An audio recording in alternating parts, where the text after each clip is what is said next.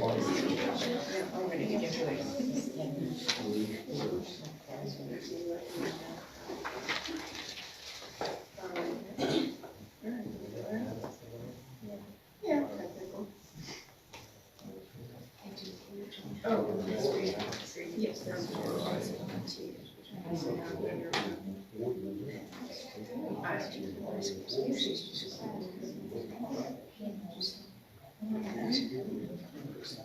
y'all are so patient. Thank you so much for waiting.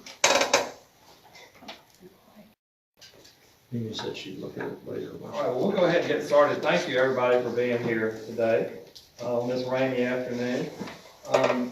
We'll call the meeting to order, and the first order of business is to approve the minutes from the previous annual meeting this time last year. There's copies of the minutes in the chairs if you'd like to refer to them. Unless there's any additions or corrections, I'll entertain a motion for their adoption. I shall move. Is there a second? Second. All in favor?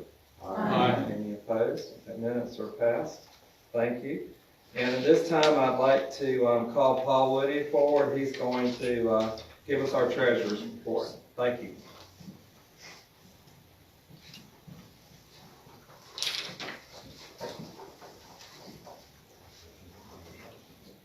I'll make this brief. We've got some copies of our financial reports amongst the audience, so please feel free to pass those around and take a look as you like. A couple of highlights from the operating budget this year. Membership revenues increased by 22% over last year. Increased our Facebook reach to 5,670 followers, which includes 1,140 new followers for 2019. Rental income tripled from 2018 to 19, and our merchandise sales were up $1,600 over budget from the prior year. From a balance sheet perspective, we ended the year with $1.65 million in assets. We've got investments at the Community Foundation and the Kelly Group, which both returned a rate of 10.62% for our stocks and equities and 2.37% for our bond account. Lapp and Patterson House invested over about $30,000 in repairs and improvements to the property during the current year. We're very appreciative to our foundations. We had some significant contributions from a few that I'll name. The Jasper and Marcolene Davis Foundation, the Searcy Charitable Trust, the George Crouch Foundation, Williams Family Foundation, Singletary Foundation, W.H. Flowers, and Ben Grace Fund. And all of these together donated a combined $150,000 to the center. And for final comments, I'd just like to say thank you to the staff, volunteers, and those on the financial committee who work to keep us financially efficient. If anyone would like any more detailed information, you can pull me aside. I'd be glad to answer any questions. And Ann, she keeps the books on a daily basis, so she can help answer any questions too. I'd just like to say thank you again to all our members who helped us meet these financial goals. Thank you, Paul.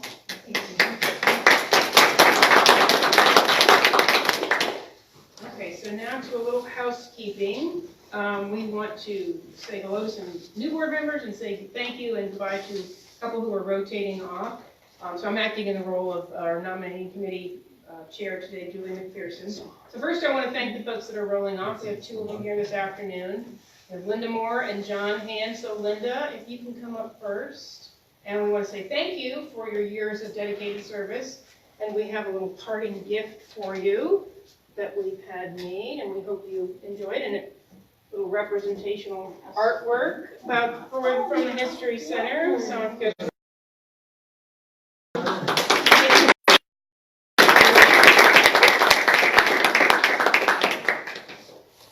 Linda was wonderful because she was our secretary, and she did a wonderful job. I mean, really, you did. You did a good job of keeping notes, and we really appreciate that. So thank you very much. And then John Hand, I know I saw it. There you are. Come on up. We have something for you as well. I've done it correctly. And John, of course, has helped us with a lot of things. He's was chaired the Buildings and Grounds Committee, and really anytime I have a physical plant or a building issue, I just call up John or I text him, and he comes right over. So we have another piece of artwork here done of the fire engine that, of course, we had restored and is out there. So we thank you very much for your service. You can take a nice picture here with Amelia. There you go. Thank you, John. And our first person rolling off is Alice Dickey. We have something for her as well, so we'll round her up and get that to her. In regards to our new slate now, we have an open slate of officers, and then we have 3 open board positions that were voted on by the Board of Directors at the December 3rd board meeting. So the new slate of officers is Charles Olson as president, Marilyn Ray as first vice president, Claire Tim as second vice president, Lillian Hughes as secretary, Paul Woody as treasurer, and then we have 3 new open board positions. We have Wallace Goodman, who will be joining us. Wallace is here. You want to say hi, wave your hand? Thank you. Deanne Garcia, who is here with us as well, and Leanne Orr. So we're really excited about having them on board. However, first we must technically ask for a motion from the floor to approve these new board positions. So I need a motion from somebody. So moved. Okay, thank A you. second. In a second. All those in favor? Aye. Anybody opposed? And so we have our new board members. Thank you very much. And our slate of officers, whose first board meeting will take place in a few weeks on January 28th, I think it is. Don't quote me on that one. So thank you very much for that. All right, now Charles technically can adjourn the meeting, and then I have a few comments to make before I introduce our speaker. So, or I can just adjourn the meeting, it's fine. Okay, meeting adjourned. Our business end of the meeting, but actually right now I'd like to do one other announcement. We have somebody else who's departing from us who has even more years involved here than probably all the board members put together, and that would be Tom Hill, who's going to come up and accept a plaque from us as well. Don't act surprised. Come on, you know it. Tom has been at the History Center technically, if I'm reading this correctly, 47 years. Wow. And Tom, yes.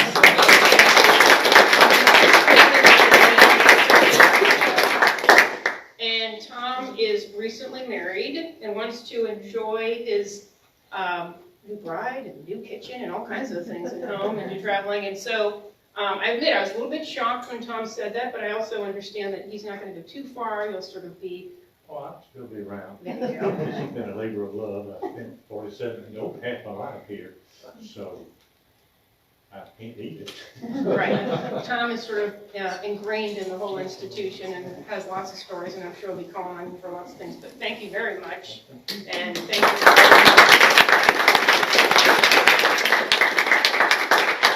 I feel like he's not really going to retire. I mean, he's going to retire, but we'll still call on him for a few days. So, as again, thank you guys for coming to the meeting. As always, I want to thank our board members, our volunteers, because this is a lot for us to run on our own. After 4 years as executive director, I continue to be amazed at how engaged and helpful the community is with what we do. I know for a fact that the support goes a long way to helping us be a changing agent in the community. And as I've mentioned many times to numerous people, this job can be challenging at times. We deal with rain, we deal with squirrels, we deal with all sorts of things. But it's never so precarious or frustrating, and that's because there's always someone I can call on to help.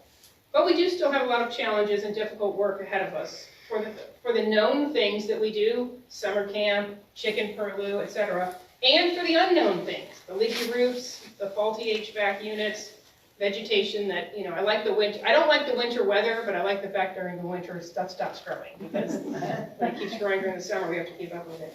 So like any good entity, we need to plan, and we have to have a guide, something to guide us through all this work. In fact, just last week, we wrapped up our strategic planning session, and we'll be unveiling that probably, give us a few weeks or so. Many of you contributed to this process, and for that I say thank you.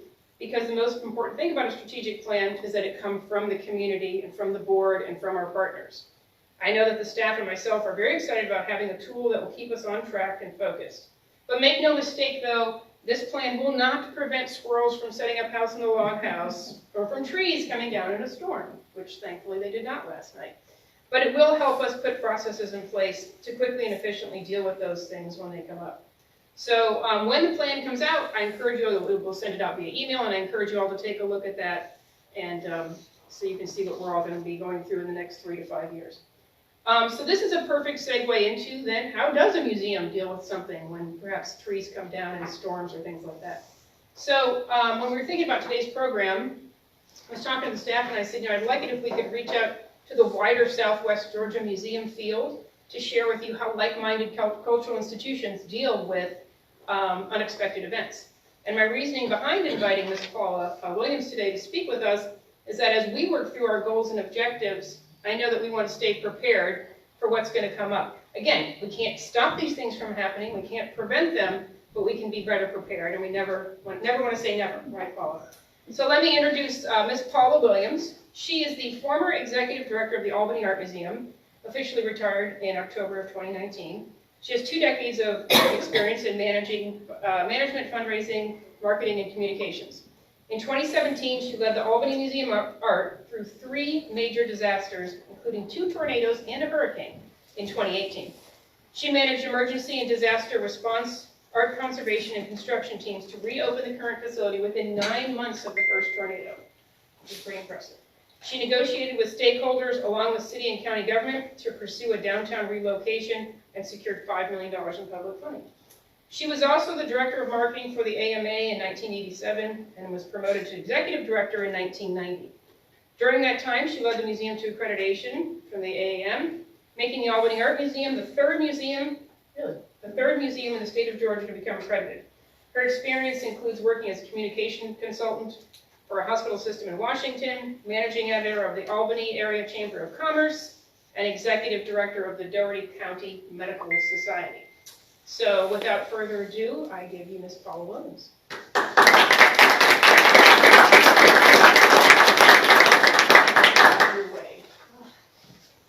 And thank you so much for inviting me, and thank you all for having me today. Before the storm in 2017, we had squirrels and grass and roof issues and all of that we had to deal with, and I can't believe I complained, yeah, so I worked at the museum for a good bit early in the late 80s and early 90s, and then came back again in 2014. And,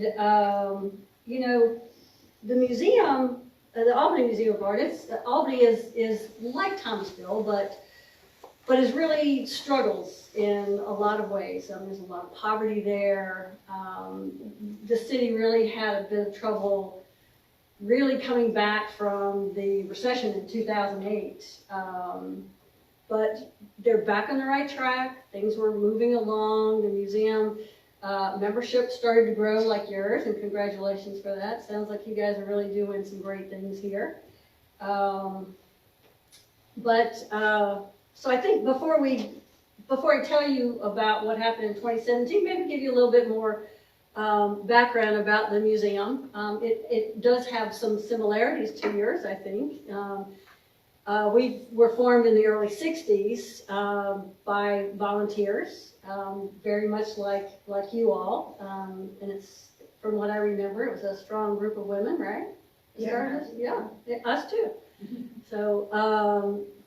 So this building was built in the late 60s by the generosity of Banks Haley, and his wife Eloise remained very strongly involved with the museum even after her husband passed in the mid-70s.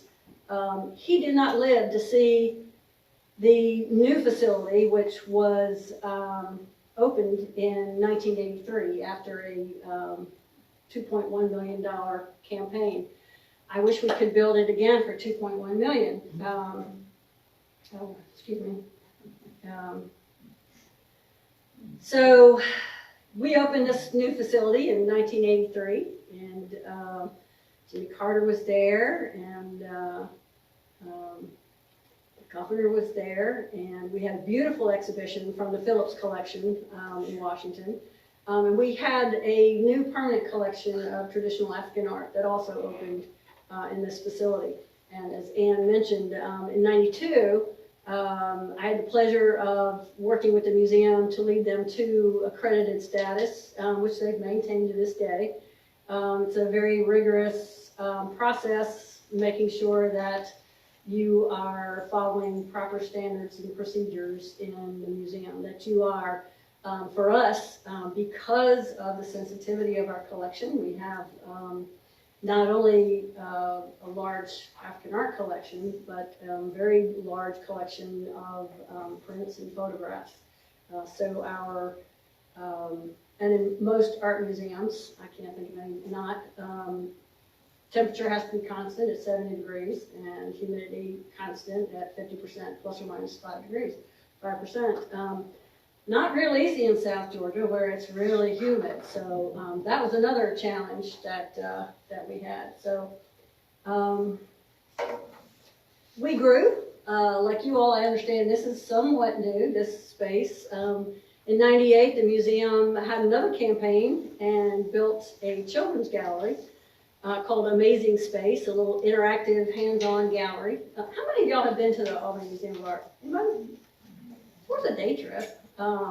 Even now, this space, the children's gallery, was really cool in that kids could really interact with the artwork and kind of get a sense of, what things meant and could do things on their own and look at some of the works that were also in the exhibitions.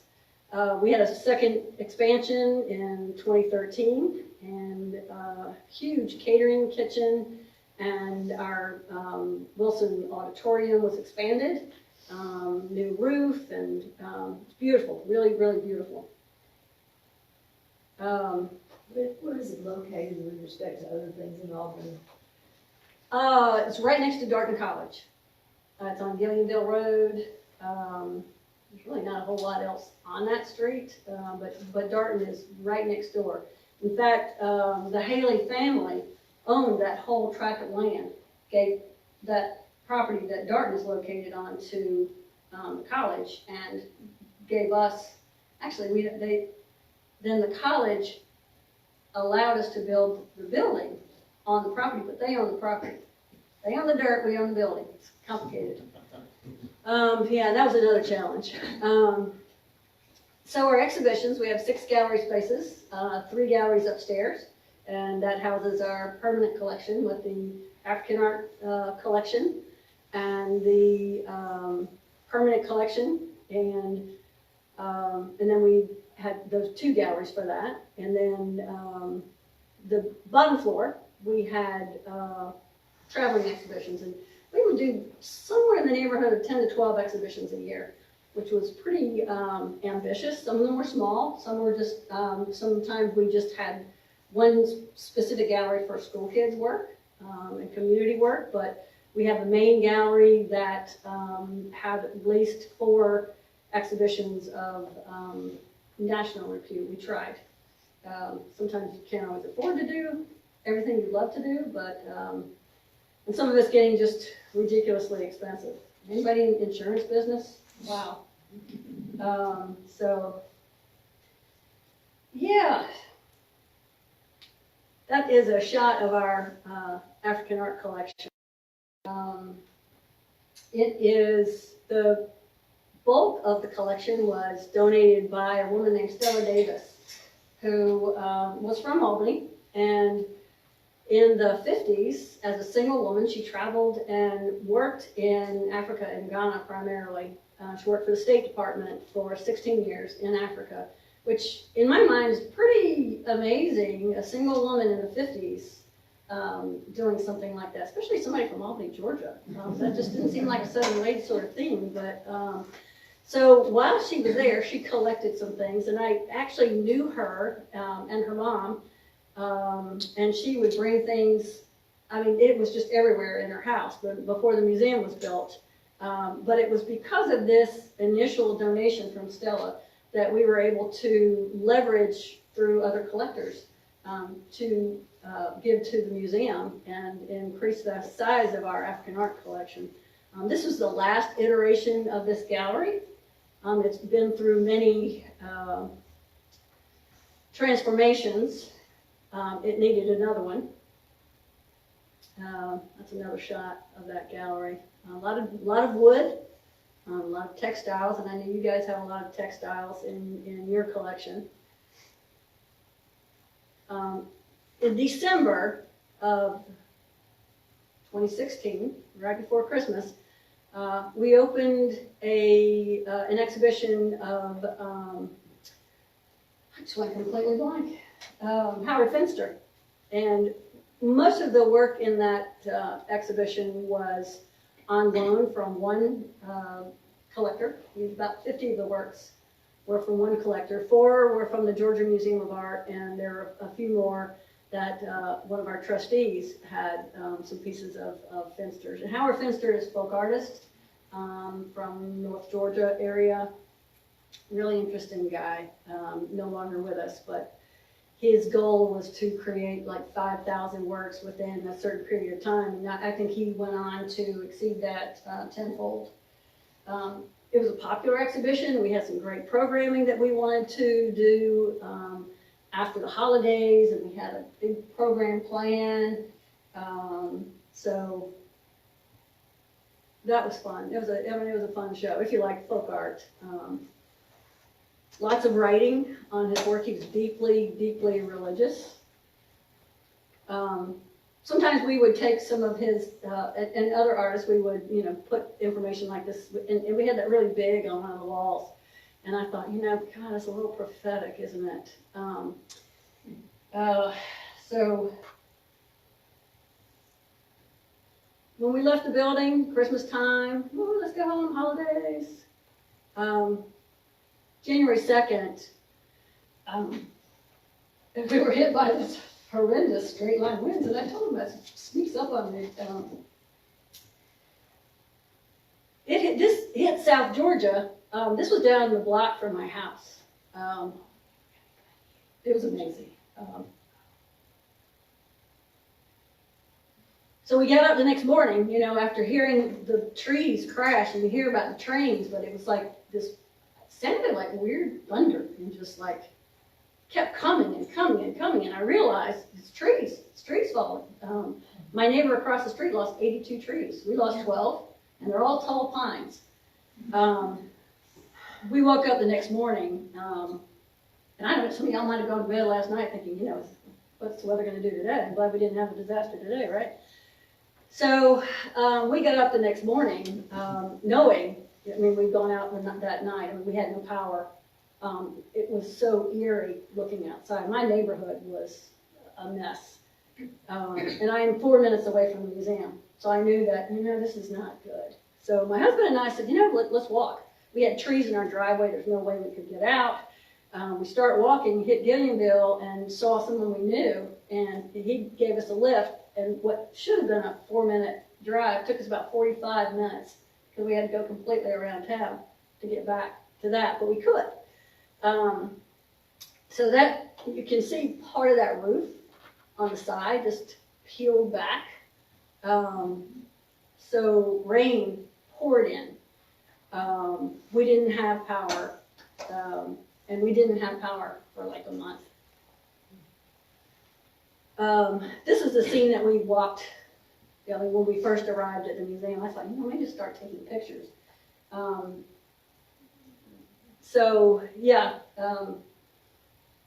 I urge you, if you ever do have anything like this, or maybe not as bad, but document. And that's should be one of the top things in your emergency plan.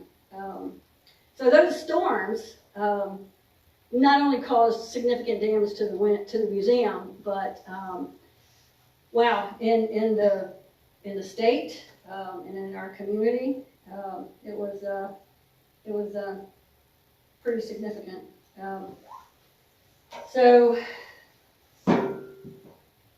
coming into the museum, I could see, okay, not too bad. It was a lot of water. That's the bottom floor.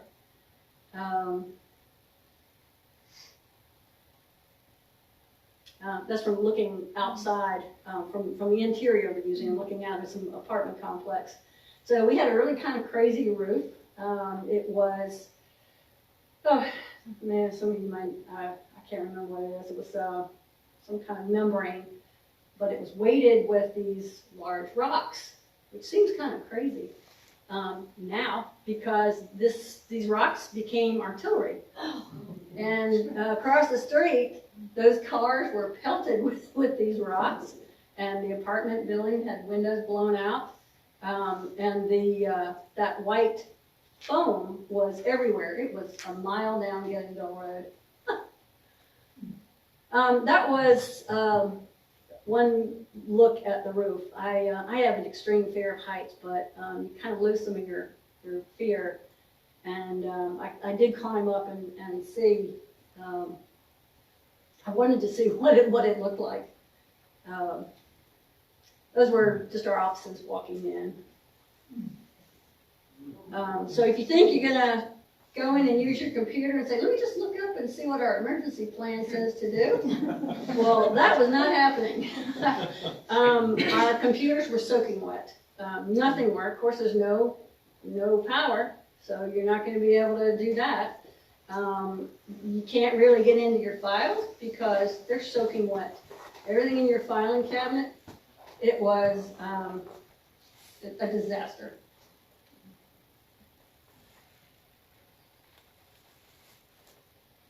So that's a shot of the African gallery after the art was removed, but you can see there is really, the steel structure is there, but there is no roof. And there's another shot. So where's your plan? You have an emergency plan? Yes. Yep. You know where it is? Yes. You have it off site? Yes. Okay. Can anybody get to it, like Dropbox or something? Think about things like that. So, you know, what do? What if you can't, you know, and you're out of town or whatever, and, you know, things you need to think about. Yeah. But the other thing is, I mean, it's one thing to have a plan, but for your board and members that are bothered to show up today, know what is that? Know the plan. Know the plan. Know what you're supposed to do. Because it's one thing to have a piece of paper, but it's another to know your plan. So one of the first things I did when I got to the museum was call the trustees and, you know, this isn't good. Call the insurance agent and said, you know, we really are gonna need some help. 24 hours later, we had a conservation team from Chicago on the ground, and they were amazing. But that day, our trustees were there, our volunteers were there. We had to remove all the artwork from the gallery, all those Finsters, all of the beautiful African artwork had to come out. It was all wet, so it had to go to a dry location. And that was available because of your membership in the Museum Association? Was that? Was that conservation team part of a CERT team or something? No, that's insurance paid for that. Yeah, so that's, they also have, we pay a pretty hefty premium for fine art and your building and your directors and officers. But this is the first, to my knowledge, the first time that we've really had to take advantage of our fine art insurance. So right now, about 80% of our collection is still in Chicago. It has all been conserved. 20% of it that was really unharmed is in storage at the High Museum. And the High Museum, they were great. I called Rand up there and said, you know, we need help. And the museum community was absolutely amazing. You know, you never realize the friends that you have in other museums until you go through something like this. And I know, and I mean, they would definitely do the same for you. You know, they just step up because who knows, it can happen to any of us. But our trustees were awesome, and I can't say that enough because, you know, we had 2 vaults, one upstairs, one downstairs. All of that had to come out because it's wet. Now, I've told you about that auditorium that we had renovated in 2013, had a new roof, right? It's the only part of the building that was dry. So, yay. And I mean, that was just so serendipitous that, you know, we had a dry space that we could work in, and that's where this is. You know, our paintings are moved out, conservators are wrapping and packing. This was our curator and an intern. So, boy, if she didn't get some great experience during this disaster. But everything in our collection that was in the building and all the works that were on loan, because we had a couple of other galleries that had works on loan, had to be photographed, had to be inventoried, had to be wrapped, had to be packed, and either moved to Chicago or Atlanta. They triaged, and it was just amazing. The first day we had 2 folks there, and by the end of that first day, day and a half, there were 13 people in the building working with us to get everything out as expeditiously as possible. And they had about 3,000 works in our collection. It was out the door in 4 days. Yeah, it was amazing. Here's our little team, part of our team, but great group of folks. So, because we don't, at this point, well, I'll get to it later. I was going to tell you about our collection. So then you go to, okay, now what? Now what do you do? What do you do? So you have to mitigate. That's the big word with insurance, you know. So, and document. We use ServPro as our disaster recovery team, and they worked out pretty well. They sent up this disaster truck and gosh, it seemed like 20 folks to start going through the building, wiping out water and starting to pull out walls. You see they're right there. I think that there's a blue tarp over the over that main gallery.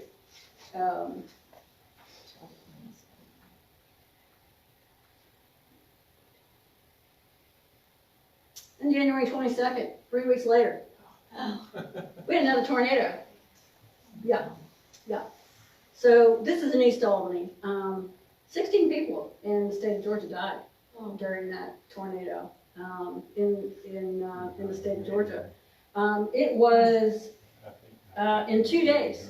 The outbreak of tornadoes produced 81 storms. And it was the second largest January tornado outbreak since 1950. And there were 42 confirmed tornadoes in the state, making it the largest number of tornadoes on record in the state of Georgia. 16 people were dead just in South Georgia and 5 in Albany. So, I mean, it's so fortunate that these happened at night. We didn't have anybody in the building. We were all home safe.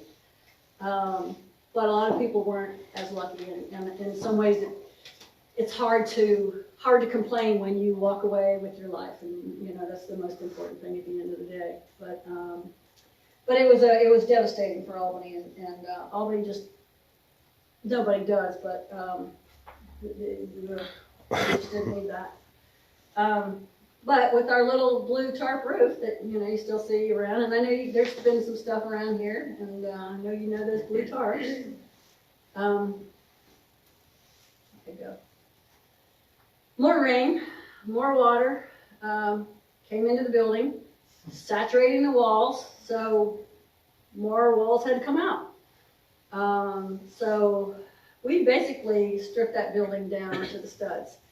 And deciding, okay, so what are we going to do? You know, what are we going to do with the building? Are we going to stay here? I mean, because it's a mess. I mean, it is a mess.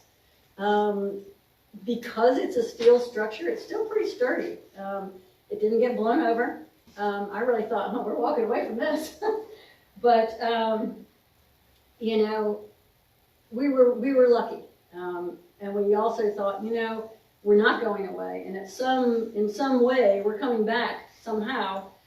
But in the meantime, and obviously it's going to take a minute, we need to make sure that we don't lose our presence in the community. So Thronatiska History Center in Albany really stepped up. The director there, Tommy Gregors, I don't know if some of you guys know him.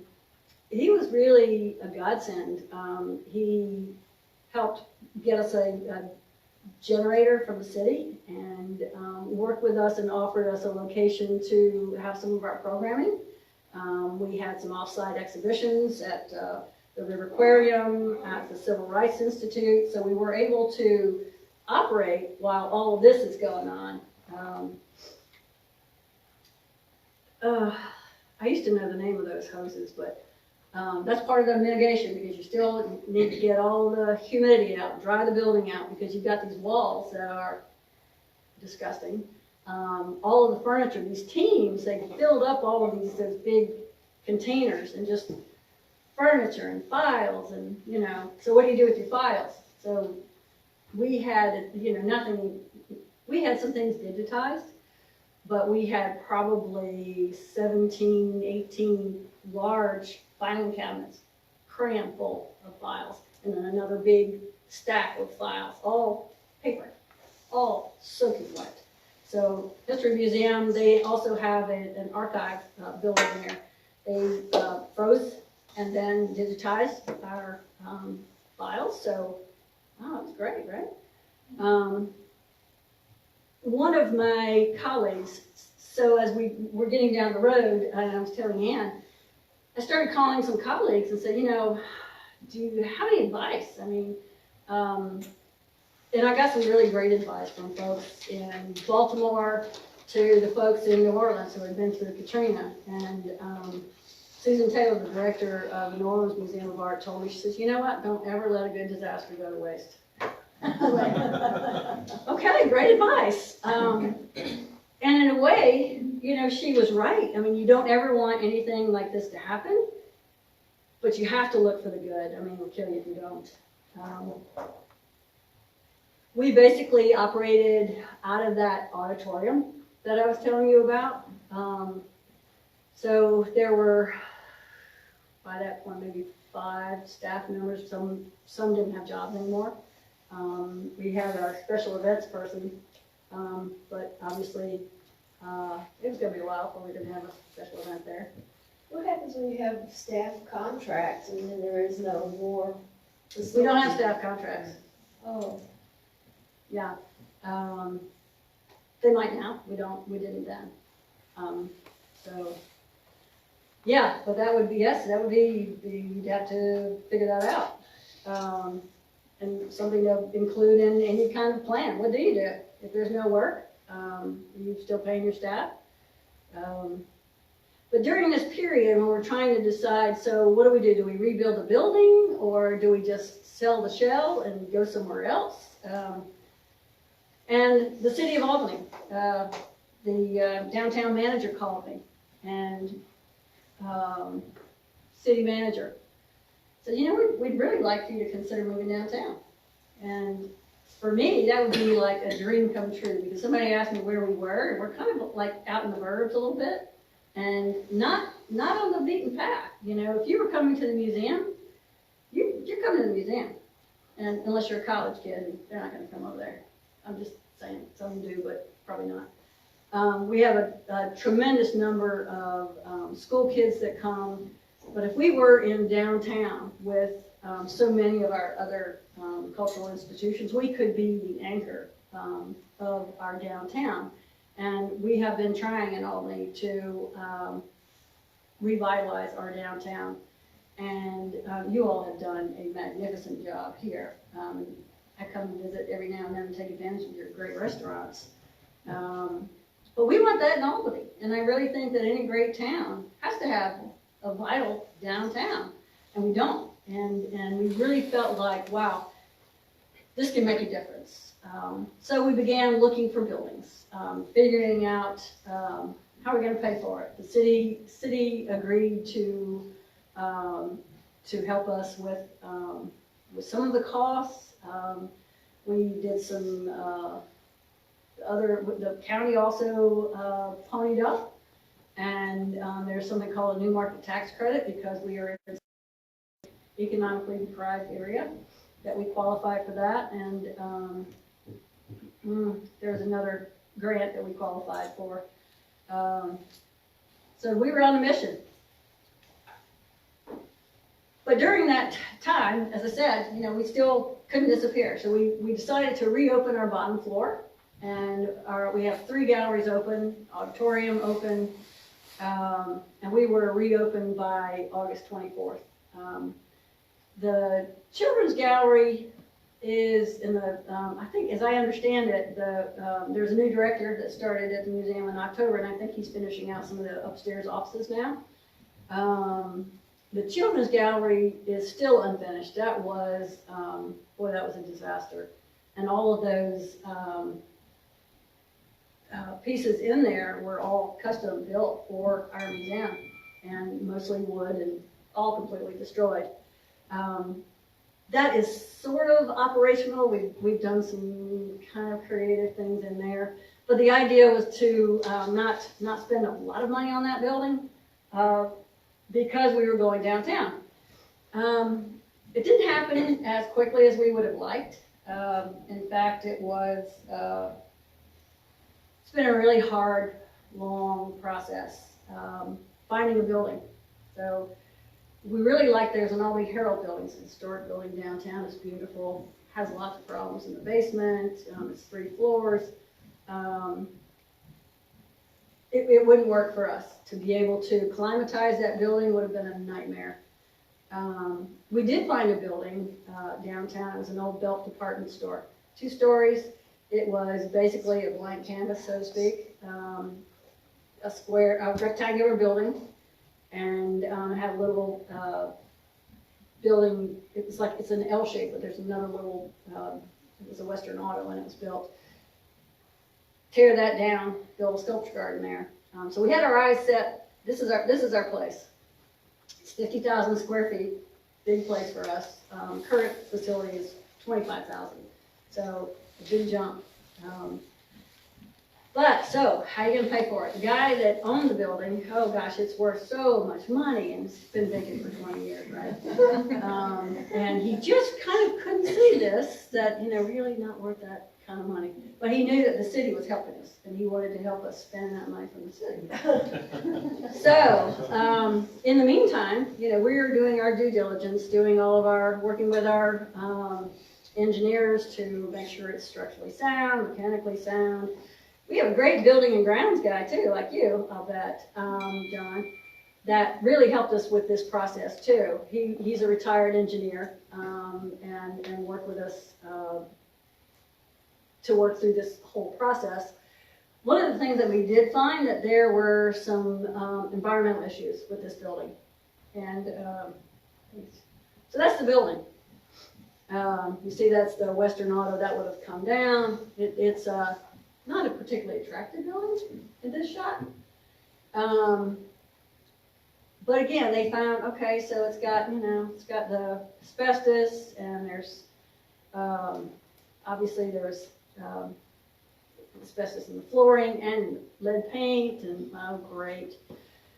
We did some more testing. There was also, looking back on the Sanborn records, which kind of go back to, you probably know what those are better than I do, right?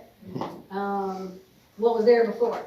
Well, it was a gas station right there on the corner. And there were 3 gas tanks under there. So with downtowns, man, you got a mess. This place had a huge level of lead. Had a little petroleum, there was some groundwater. So anyway, the guy that owns it said, well, it's still a great building. What? City was going to help us, continue to help us with this project. We really want you downtown. The mayor wants us downtown. But this guy is like unreasonable. And finally it got to the point where, you know what, we're out. We cannot pay you $1 million for this building. That's his asking price. So that deal kind of went south. And we were like, so we're back to square one. Crawling through all these nasty buildings downtown again, really? But before I retired, I went back to him again. I said, Bob, all of our options are out the window. I've lost a lot of momentum with the city. I don't know that they're still going to support me like they did. You've got a building that you're not going to be able to sell until you clean it up because it's been reported to the EPA. So he's now required.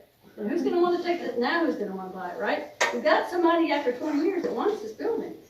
At least donate it and write it off, right? That's what he did. 2.5 years later. At that point, you know, we had really come pretty far. That's what we envisioned this building looking like down the road. And now I still think there is a shot of that happening. Our collection is still not back at the museum. It is still in Chicago and Atlanta. And I know they're anxious to get it out of there. The High Museum has been very, very gracious, and they are not charging us to store our collection. Conservation Center is, and it's significant. But the cost of bringing it back and then packing it and moving it again is also significant, and you also have that wear and tear in your collection. So what do you do? This building is probably still 3 years out. You know, we've gotten these preliminary plans done. Capital campaign needs to happen. We have applied for a brownfield grant because this is now our property. We have a environmental mess, right? There's a brownfield grant because it's in the area that it is in that hopefully will pay for all of the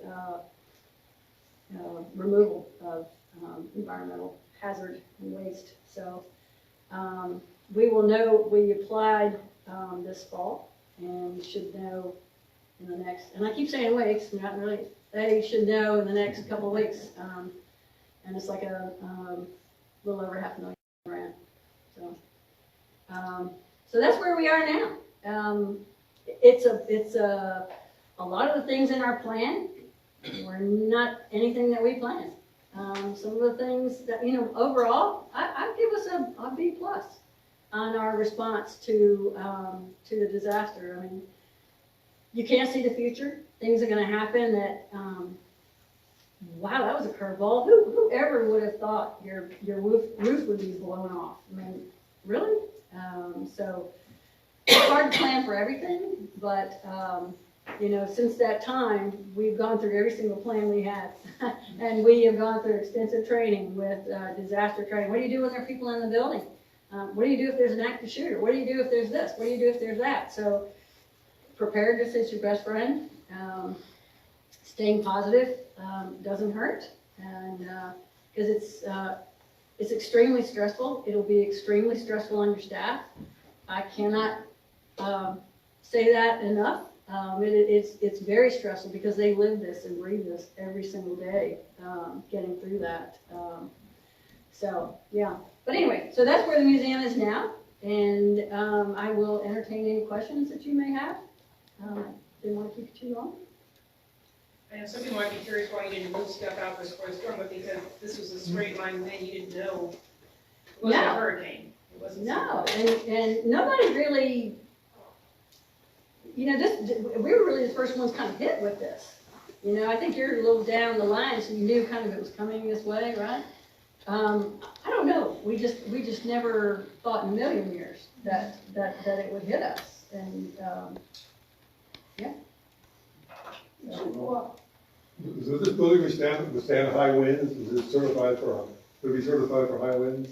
Hopefully, yes. I mean, it will be, yes. Hopefully. Yeah. Well, and the other thing too is you know, the way the vault is designed, you know, it will be able to withstand water infiltration because, you know, Albany's been real lucky, right? They've had a flood in '94, they had a flood in '98, 2 tornadoes and a hurricane. So, you know, after those 2 tornadoes, then we were hit with another hurricane.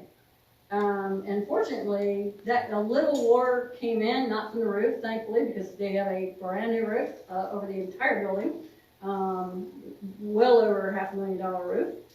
And giant squirrels, right? Yeah, hopefully, that's the plan. That's the plan. Do you have a question? Did you acquire the Finster works from the University of Georgia professors? No, it's part of the Georgia Museum of Art, it's the State Museum, and they loaned them. They let us borrow 4 of their works. But like I say, 50 of them were from a private collector. Well, I wondered if they were university professors. The private collector. Oh, no, it's just one guy, one of them was just one guy. No, he's just a real interesting guy. He collected because, and he had a lot of folk art. He had a lot of Finster, but he had a lot of other stuff too. I mean, a lot of stuff. And he felt like this is gonna be his retirement. You know, he had one in particular that was the album cover for REM, which is a band out of Athens, yeah. So he felt like that was it. That'll take him into eternity. So, yeah. Anything else? Well, thank you all so much for having me. And none of this ever happen again. That's great. So folks, we do have some Bye, Claire. refreshments out on the dining room table, but I do want to also say hello to Leanne Orr in the back, our other new board member. Thank you very